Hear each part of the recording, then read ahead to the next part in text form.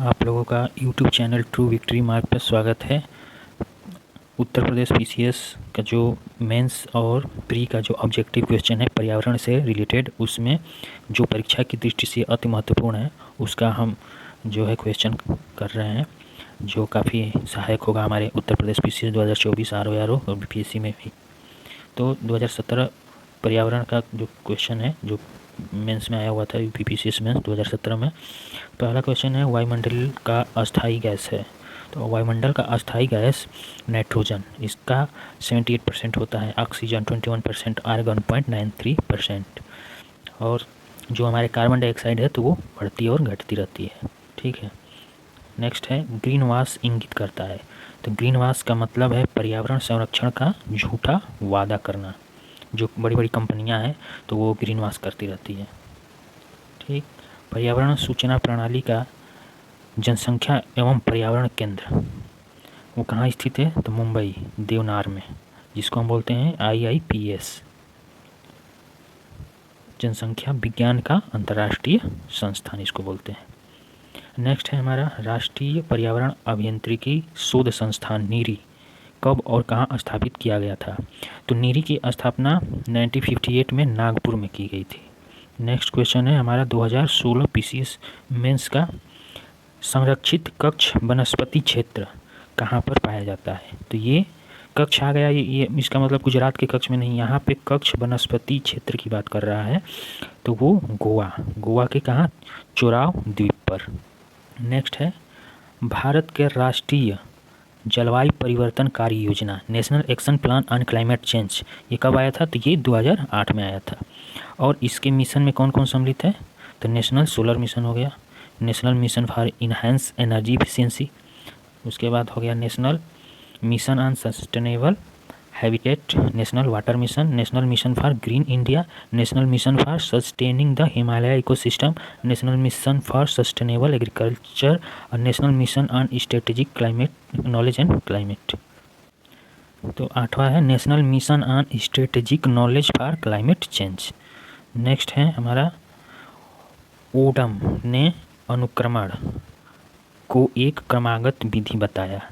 तो जैव अनुक्रमण का सही क्रम क्या है? किसके अनुसार? तो ओडम के अनुसार। ये भी क्वेश्चन पूछता है अनुक्रमण कौन कंसेप्ट दिया? तो ओडम ने दिया। और जैविक अनुक्रमण का सही क्रम क्या है? पहला नग्नीकरण, प्रवास, अस्थापना, प्रतिक्रिया, उसके बाद स्थिरीकरण, ये प्रोसेस होता है इसमें। यमुना एक्शन प्लान प्रारंभ कब हुआ था? तो ये यमुना एक्शन प्लान अप्रैल 1993 में ये गंगा कार्य योजना द्वितीय चरण के तहत अनुमोदित किया गया था। जो हमारा गंगा एक्शन प्लान था वो 1985 में आया था। अब जब ये 93 में गंगा एक्शन प्लान बना द्वितीय, तो उसी के टाइम यमुना एक्शन प्लान भी आया। ठीक, तो उसमें दो थे, यमुना एक्शन प्लान और गोमती कार्य योजना, ये दोनों को कहाँ समर्ज किया गया? तो गंगा कार्य योजना के द्वितीय चरण के साथ।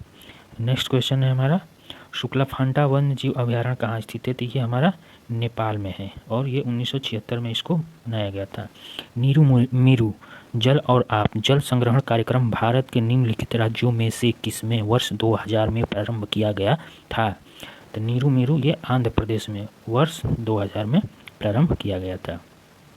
नेक्स्ट है भारत में भूतापीय ऊर्जा स्रोत के प्रमुख स्रोत क्या है? तो ये हिमालय में भी भूतापीय ज़्यादा उत्तराखंड और हिमाचल में पाए जाते हैं। खंभात बेसिन में है सोनाटा, यानी कि सोन, नर्मदा और तापी नदियों के जो घाटी है उसमें भी पाए जाते हैं ये भूतापीय, यानी कि ज़मीन से पानी निकलता है गरम गरम। ठीक है, तो उसका प्रयोग हम जो बिजली बनाने में भी करते हैं। पश्चिमी घाट पर भी है, गोदावरी बेसिन में भी पाया जाता है, महानदी बेसिन में भी पाया जाता है, लेकिन गंगा यमुना बेसिन में नहीं पाया जाता है।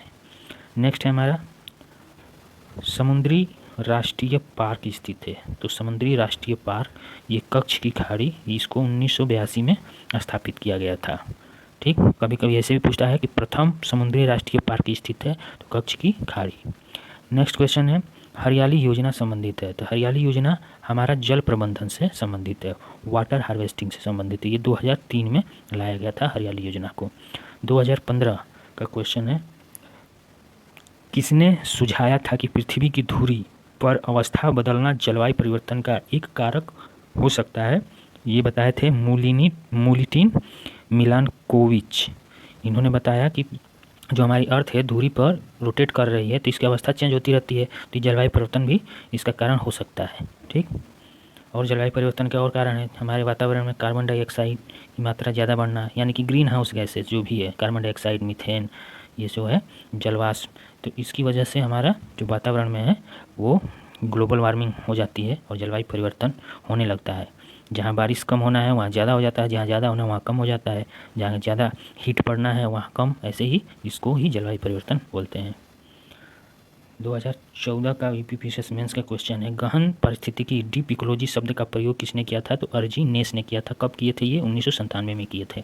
नेक्स्ट क्वेश्चन है, पारिस्थितिकी तंत्र का एक कार्यशील क्षेत्रीय इकाई है, तो ये कैसा है? तो कार्यशील क्षेत्रीय इकाई है, ये ओपन तंत्र है, खुला तंत्र होता है पारिस्थितिकी तंत्र। भारत का राष्ट्रीय जैविक उद्यान स्थित है, तो नई दिल्ली में स्थित। इसकी स्थापना 1982 में हुई थी, नेशनल जूलॉजिकल पार्क की स्थापना हुई थी। ठीक, नेक्स्ट है गंगा एक्शन प्लान, यानी केंद्रीय गंगा प्राधिकरण की स्थापना 1985 में हुई थी और 1995 से राष्ट्रीय नदी संरक्षण प्राधिकरण हो गया। जो केंद्रीय गंगा प्राधिकरण की स्थापना 1985 में हुई थी, 10 साल बाद 1995 से वो राष्ट्रीय नदी संरक्षण प्राधिकरण हो गया। उसमें अब बहुत सारी नदियों का भी संरक्षण किया गया, करना शुरू हो गया, क्योंकि 1985 में सिर्फ गंगा से जो भी रिलेटेड नदियाँ थी उन्हीं का करना था संरक्षण, लेकिन अब जो 95 से राष्ट्रीय नदी संरक्षण हो गया उसमें सभी नदियाँ समाहित हो गई। नेक्स्ट क्वेश्चन है, पर्यावरण का पहला वैश्विक शिखर सम्मेलन हुआ था, तो पर्यावरण का पहला वैश्विक शिखर सम्मेलन स्टॉकहोम अंतर्राष्ट्रीय शिखर सम्मेलन 5 जून 1972 को हुआ था और इसकी वजह से ही जो हमारे 5 जून को पर्यावरण दिवस मनाया जाता है। और पहला पर्यावरण दिवस मनाया गया था कब? 5 जून 1973 को बनाया गया था, एक साल बाद। ठीक, नेक्स्ट है हमारा क्वेश्चन, सर्वप्रथम बायोडायवर्सिटी शब्द का प्रयोग कौन किया था? वाल्टर जी रोसेन ने बायोडायवर्सिटी शब्द का प्रयोग किया था, लेकिन बायोलॉजिकल डाइवर्सिटी का प्रयोग किया था आर.एफ. दासमान ने 1968 में अपनी पुस्तक a different kind of country में इन्होंने बायोलॉजिकल डाइवर्सिटी शब्द का प्रयोग किया था। बायोडाइवर्सिटी उसका रोसेन ने किए थे। नेक्स्ट क्वेश्चन है, प्रथम अंटार्कटिका के ऊपर ओजोन क्षेत्र का पता कहाँ के वैज्ञानिकों ने लगाया था? तो ब्रिटिश वैज्ञानिकों ने जो अंटार्कटिका के ऊपर ओजोन छिद्र का पता लगाया था 1985 में, टोटल ओजोन मैपिंग स्पेक्ट्रोमीटर से। ठीक, नेक्स्ट क्वेश्चन है, वायु प्रदूषण की रोकथाम की यंत्रीय विधि है, तो जो भी हम यंत्र लगाते हैं वायु प्रदूषण के, दिल्ली में क्या हुआ था उसमें ये साइक्लोक्लेस्टर और वेट स्क्रबर ये सब लगाते हैं, जो फवारा वाटर का देता है और उससे वायु छानकर जो उसके पार्टिकुलेट मैटर है उसमें बैठ जाते हैं और साफ़ हवा बाहर आती है। तो उसके यंत्र की विधि में क्या क्या हो गया? बैग फिल्टर हो जाएगा, साइक्लोन कलेक्टर हो जाएगा, साइक्लोन सेपरेटर हो जाएगा, वेट स्क्रबर हो जाएगा, लेकिन साइक्लोन डिवाइडर इसका मेथड नहीं है वायु प्रदूषण रोकथाम की। नेक्स्ट क्वेश्चन है, यूएन द्वारा जो दशक बायोडाइवर्सिटी का दशक विविधता का जो है जैव विविधता का वर्ष घोषित किया गया था 2011 से 2020 का, जो भी 10 साल है इसको यूएन डिकेडेड ऑन बायोडाइवर्सिटी। नेक्स्ट है हमारा पीटी में आए थे क्वेश्चन, भारत का प्रथम national centre for marine biodiversity स्थित है, तो ये जामनगर में स्थित है। यहाँ पे जो रिलायंस इंडस्ट्रीज़ है पीपीपी मोड में वो यहीं पे स्थित है। नेक्स्ट क्वेश्चन है, लोटिक पारिस्थितिकी तंत्र का उदाहरण है, तो लोटिक का होता है नदी, यानी कि जो बहाव वाला जो चीज़ होता है, नदी हो गया तो उसमें पानी क्या है, फ्लो होता रहता है उसमें कंटिन्यू, तो उसको हम लोटिक बोलते हैं। ठीक, अटलांटिक बोलते हैं उसको, अटलांटिक इकोसिस्टम उसको बोलते हैं जिसमें स्थिर रहता है वाटर, यानी कि जैसे पॉन्ड हो गया, तो पॉन्ड हो गया तो ये हमारा अटलांटिक इकोसिस्टम हो गया। और लोटिक में हो गया लौट रहा है, यानी कि पानी बह रहा है, उस जैसे नदी हो गया, समुद्र हो गया। ठीक, लेकिन तालाब हुआ अटलांटिक हो गया। नेक्स्ट क्वेश्चन है, जल प्रदूषण अधिनियम कब आया था? तो 1974 में आया था, फिर इसका 1988 में संशोधन हुआ। 1992 में रियो अर्थ समिट से संबंधित था, तो एजेंडा 21 ये सतत विकास से भी था। ठीक है, नेक्स्ट क्वेश्चन है, SDG जो हमारा सस्टेनेबल डेवलपमेंट गोल्स हैं उसके क्या क्या टारगेट हैं? ठीक है, तो 17 गोल्स थे जिसमें SDG 10 का है मतलब है असमताओं में कमी था, 13 में जलवायु क्रियाओं के बारे में था, 14 में पानी में नीचे जीव यानी कि जो समुद्र के अंदर, नदी के अंदर, जो भी तालाब के अंदर मछली उछली होती है उसको 14 में आ गया, और 15 में आ गया ज़मीन पर जीव जो सब लोग हैं ये सब। तो इस तरह से इसका मिलान करना था। नेक्स्ट क्वेश्चन है, कौन सा कारक जैव विविधता के ह्रास के लिए सर्वाधिक महत्वपूर्ण कारक है? तो प्राकृतिक वास का विनाश। कोई भी प्राकृतिक आवास है या और रहने का जो भी स्थान है उसका अगर विनाश हो जाता है तो वो जैव विविधता का सबसे नष्ट करने वाला फैक्टर होता है। भारतीय जैविक डाटा केंद्र किस राज्य में स्थापित किया जा रहा है? तो ये हरियाणा में स्थापित किया जा रहा है। 10 नवंबर 2022 को लाइफ साइंस डाटा के लिए इंडिया का फर्स्ट नेशनल रिपोजिटरी फरीदाबाद में स्थापित किया जा रहा है, ठीक है, जिसका हमें इंडियन बायोलॉजिकल डाटा सेंटर नाम दिया गया है फरीदाबाद में। नेक्स्ट क्वेश्चन है, राष्ट्रीय उद्यानों में आनुवंशिक विविधता का रख रखाव किया जाता है? तो इन सिटू संरक्षण। इन सिटू संरक्षण का मतलब होता है उसी वातावरण में रहकर जीवों का संरक्षण करना, यानी कि उसका प्राकृतिक वातावरण है, यानी कि जो भी हाथी, शेर और जो भी रह रहे हैं तो वो राष्ट्रीय उद्यान में अगर रह रहे हैं, टाइगर रिजर्व में रह रहे हैं तो उनको इन सिटू संरक्षण कहेंगे। और उसी को अगर हम जू में, चिड़ियाघर में ला कर रख दिए तो उनको एक्स सिटू संरक्षण कहेंगे, ठीक है। तो ये राष्ट्रीय उद्यान, टाइगर रिजर्व, ये सब इन सिटू में आ गए, ठीक। और जो चिड़ियाघर हो गया वो एक्स सिटू में आ गया। नेक्स्ट क्वेश्चन है, वैश्विक संधारणीय विकास रिपोर्ट प्रति तिमाही नहीं प्रत्येक 4 वर्षों के अंतराल पर जारी किया जाता है।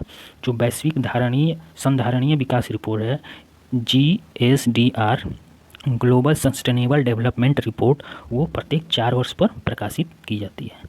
2022 क्वेश्चन है, पीटी उत्तर प्रदेश में वन्य जीव अभयारण्य की स्थापना वर्ष? कतरनिया घाट 1976 में स्थापना हुआ था, किशनपुर का हुआ था 1972 में, चंबल का हुआ था 1979 ईस्वी में। नेक्स्ट क्वेश्चन है, गंगा एक्शन प्लान कब आया था? तो 1985 में। प्रथम चरण का उद्देश्य था गंगा को स्वच्छ करना। द्वितीय चरण आया था 1993 में, जिसमें यमुना एक्शन प्लान भी आ गया था, ठीक। तो इस समय सहायक नदी यमुना, दामोदर, गोमती, इनका भी इसमें संरक्षण करना था। तृतीय आया 1995 में। तो ये बन गया जो गंगा जो एक्शन प्लान था, अब हो गया राष्ट्रीय नदी संरक्षण योजना। ये 34 नदियों का स्वच्छ करने के लिए आया था। नेक्स्ट है, प्रकाश रासायनिक धूम्र फोटोकेमिकल स्मोक। ये क्या होता है? तो स्मोक जो धुआं निकलता है घरों से, और फाग जो भी बाहर हम खेत की तरफ या सड़क की तरफ जाते हैं तो फॉग रहता है और घरों से धुआं निकलता है, या कोई भी प्लांट है, पावर प्लांट है, तो उसमें से धुआं निकलता है जलने के बाद। और फॉग जो होता है जो वातावरण में पानी की जो जलवाष्प की मात्रा बनी रहती है, तो दोनों को मिलने की वजह से जो हमारा फोटोकेमिकल स्मोक बनता है।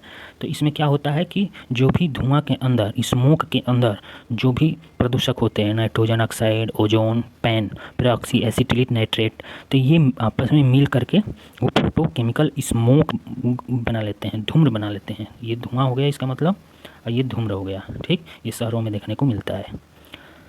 पृथ्वी का वायुमंडल मुख्यतः तप्त होता है, तो ये दीर्घ तरंग स्थलीय किरणों की वजह से होता है। अब क्या है, ये अर्थ है, ये सन है, तो सन से आता है छोटे छोटे किरण, ठीक। ये शॉर्ट वेव में आता है, सन से आता है वो शॉर्ट वेव में आता है, लेकिन फिर अर्थ भी उसको रिफ्लेक्ट करती है, परावर्तित करती है, तो लंबी लंबी वेव में ये ऊपर जाती है। लेकिन क्या है, ऊपर ग्रीन हाउस गैसेज, ये बादल वगैरह रहता है, तो अब इसको ऊपर नहीं जाना जाता क्योंकि लंबी है, तो लंबा चीज़ है तो छन नहीं पाएगा, ठीक है। आने के लिए छोटा छोटा था, तो बादल से जो भी ऊपर हमारे प्रदूषक थे उसमें से छोटा चीज़ है तो छन कर नीचे आ ही जाएगा, लेकिन जब बड़ा चीज़ है वो छन नहीं पाएगा ऊपर वापस जाते टाइम, तो ऊपर रुक जाएगा और फिर वापस ये हमारे वायुमंडल में आ जाएगा। इससे क्या होगा, हमारे ग्लोबल वार्मिंग यानी कि जो हमारे वातावरण गर्म हो जाएंगे, ठीक है। तो वातावरण गर्म किसकी वजह से होता है? ये जो लंबे लंबे वेवलेंथ वाले होते हैं, जो दीर्घ तरंग है, उसकी वजह से हमारे जो वातावरण है गर्म होते हैं, ठीक है। तो छन्नी से छोटे थे तो आगे सन से नीचे अर्थ पे वापस नहीं जा पाए, ठीक है। तो पृथ्वी का वायुमंडलीय मुख्यतः तप्त होता है दीर्घ तरंग स्थलीय विकिरण से, लॉन्ग वेव टेरेस्ट्रियल रेडिएशन से। नेक्स्ट क्वेश्चन है, लिम्नोटिक क्षेत्र में पादप प्लवक फाइटोप्लैंक्टन अधिकता में वृद्धि करते हैं। लिम्नेटिक जोन, जो लिम्नेटिक जोन क्या होता है? ये ओपन वाटर जोन होता है, जिसे हमारा नदी हो गया, ठीक। ओपन वाटर जोन है, उसमें क्या होता है, उसमें कार्बन डाइऑक्साइड भी आएगा, लाइट भी आएगा, पोषक तत्व भी आएंगे, ठीक है। तो उसमें कोई भी पादप यानी कि जो भी छोटे छोटे हरा हरा जो चीज़ होता है, तो वो ज़्यादा अधिकता से वृद्धि करेगा, बहुत फास्ट इसमें फैलेगा, ठीक है। तालाब हो गए वो भी ओपन चीज में आते हैं, इसको बोलते हैं लिम्नेटिक जोन। नेक्स्ट क्वेश्चन है, पारिस्थितिकी निकेत उन स्थितियों की श्रेणी का प्रतिनिधित्व करता है जो संसाधनों के उपयोग और पारिस्थितिकी तंत्रों में उसकी कार्यात्मक भूमिका को सहन कर सकता है। उसको इकोलॉजिकल नेचे बोलते हैं। ठीक, यानी कि अगर कोई भी जो क्षेत्र है इसमें कोई एक वो आ गया, जीव आ गया, तो उसकी जो भी हम कंडीशन देखते हैं उसी को समझ आते हैं कि बाकी सब कुछ ठीक है। ठीक है, नेक्स्ट क्वेश्चन है हमारा 2021 का, कार्बन क्रेडिट का अवधारणा कब आई थी? ये तो क्योटो प्रोटोकॉल में आई थी 1997 में, जो हमारा Rio+5 में। ठीक, और 1 ग्राम कार्बन क्रेडिट बराबर 1 टन कार्बन डाइऑक्साइड होता है। ठीक है, 1 टन होता है। नेक्स्ट क्वेश्चन है, वायुमंडल में प्रकाश के प्रसार का कारण क्या है? धूल कण। धूल कण से ही प्रकीर्णन हो जाता है। जो भी वायुमंडल में धूल कण उपस्थित होते हैं, छोटे छोटे कण, तो उससे क्या होता है कि प्रकाश फैल जाता है। ठीक, अब क्या होता है कि जो रंगों का उसमें प्रकीर्णन होता है तो हमारे आकाश नीला दिखाई देता है। नेक्स्ट क्वेश्चन है, रिंगेलमैन स्केल का प्रयोग किसके घनत्व मापने में होता है? तो धुआं। धुआं देखते हैं ना, इसे छल्ला के रूप में उड़ता रहता है। ठीक, तो इसको रिंगेलमैन स्केल बोलते हैं उसके। नेक्स्ट क्वेश्चन है, राष्ट्रीय स्वच्छ वायु कार्यक्रम केंद्र सरकार द्वारा किस वर्ष प्रारंभ किया गया था? तो 2019 में नेशनल क्लीन एयर प्रोग्राम जो है हमारा 2019 में प्रारंभ किया गया था। नेक्स्ट क्वेश्चन है हमारा, 1987 ईस्वी में एक प्रतिवेदन की प्रस्तुति के उपरांत धारणीय विकास सस्टेनेबल डेवलपमेंट पर चर्चा आरंभ हुई। यह प्रतिवेदन था ब्रटनलैंड रिपोर्ट आवर कॉमन फ्यूचर, जिसे WCED world commission on environment and development द्वारा 1987 में जारी की गई थी। ये बहुत इंपॉर्टेंट क्वेश्चन है, हर दूसरे तीसरे साल आता रहता है। तो अगर पूछा जाए कि जो सस्टेनेबल डेवलपमेंट का जो प्रतिवेदन कब आया था, तो 1987 में आया था। और रिपोर्ट का क्या नाम था? तो ब्रटलैंड रिपोर्ट था। उसका थीम क्या थी? तो आवर कॉमन फ्यूचर था। ठीक, नेक्स्ट क्वेश्चन है, 1962 में प्रकाशित पुस्तक साइलेंट स्प्रिंग, जिससे विश्व के पर्यावरण आंदोलन को गति मिली। 1962 में पर्यावरण को थोड़ा ज़्यादा जागरूकता बढ़ाने के लिए साइलेंट स्प्रिंग नामक पुस्तक लिखी गई। किसके द्वारा? तो राचेल कार्सन द्वारा। नेक्स्ट क्वेश्चन है, पारिस्थितिकी तंत्र के विभिन्न घटकों से होकर पोषक तत्वों को गुजरना क्या कहलाता है? बायो जियो केमिकल साइकिल कहलाता है। जैसे हमारा क्या है? नाइट्रोजन है, तो नाइट्रोजन का जो चक्र चलता है, नाइट्रोजन आकाश से जो भी वायुमंडल में है उसको हमारे जो जीवाणु होते हैं पौधे के, जो दालीय पौधे होते हैं, तो उनमें से फिर वो नाइट्रेट फार्म में आते हैं, नाइट्रेट फार्म में पौधे द्वारा अवशोषित हो जाते हैं। फिर इसका मतलब चक्र चलता रहता है। ऐसे ही नाइट्रोजन हो गया, फिर से फास्फोरस हो गए, फिर जल हो गया, तो इसको हम बोलते हैं बायो जियो केमिकल साइकिल। ठीक है, बायो केमिकल साइकिल नहीं, बायो जियो केमिकल साइकिल। नेक्स्ट क्वेश्चन है, हरित गृह प्रवाह ग्रीन हाउस इफेक्ट के अभाव में भू सतह का औसत तापमान क्या होगा? तो -18 डिग्री सेंटीग्रेड। अगर पृथ्वी पर ग्रीन हाउस गैसें न रहे तो जो भी हमारे रेडिएशन सन से जो भी रेडिएशन शॉर्ट वेव में आया उताया, फिर लॉन्ग वेव में वापस ये जो फिल्टर लगा था जो भी वायुमंडल में, जो ग्रीन हाउस गैसेज अगर नहीं रहेगी तो ये भी पार हो जाएगा, छन्नी से बाहर चला जाएगा। तो जब बाहर चला जाएगा तो पृथ्वी को गर्म की सतह को गर्म कर ही नहीं पाएगा जो भी वायुमंडल है पृथ्वी के आसपास। तो ये टेम्परेचर जब ग्रीन हाउस गैस यानी कि जो carbon dioxide, methane, nitrous oxide, ये जो गैसें नहीं रहेंगी अगर हमारे वातावरण में, तो भी एक समस्या है, क्योंकि अर्थ का जो टेम्परेचर -18 डिग्री सेंटीग्रेड में चला जाएगा, सब बर्फ बन जाएगा। ठीक, तो इसको भी होना ज़रूरी है, लेकिन एक लिमिट है। एयर पोल्यूटेंट जो हमारे वातावरण को प्रदूषक होते हैं मौजूद वातावरण में, तो वो क्या होते हैं? तो carbon monoxide, ozone, nitrogen dioxide होते हैं। ठीक, और वही चीज़ अगर ग्रीन हाउस गैस है तो यहाँ पे कार्बन डाइऑक्साइड हो जाएगा CO2, और यही प्रदूषक है तो वो हो जाएगा CO।